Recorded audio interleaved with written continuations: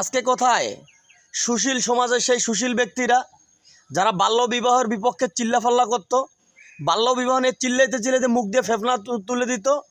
কোথায় তারা? তাদের চেহারাটা আজকে দেখার দরকার।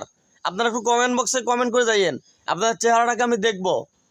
আপনারা রানিং বিয়ে বাল্যবিবাহ দাবি করে বন্ধ করে দিচ্ছেন।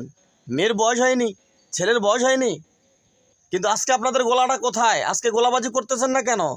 কোথায় সেই শাহবাগীরা যারা বাল্যবিবাহর বিপক্ষে কথা বলতো? আজকে আপন ভাগ্নি খালার সতীন হইল।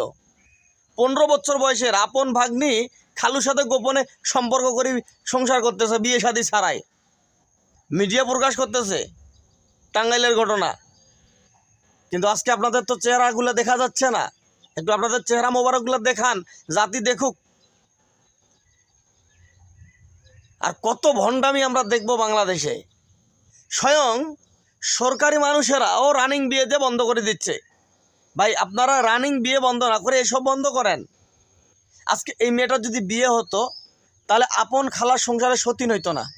এই মেয়েটার বয়স যদি 15-16 বছরে দিত বাবা মায়, তাহলে এই মেয়েটা কখনোই আপন খালুর সাথে গোপনে বিয়ে ছাড়া সংসার করতো না 5 দিন।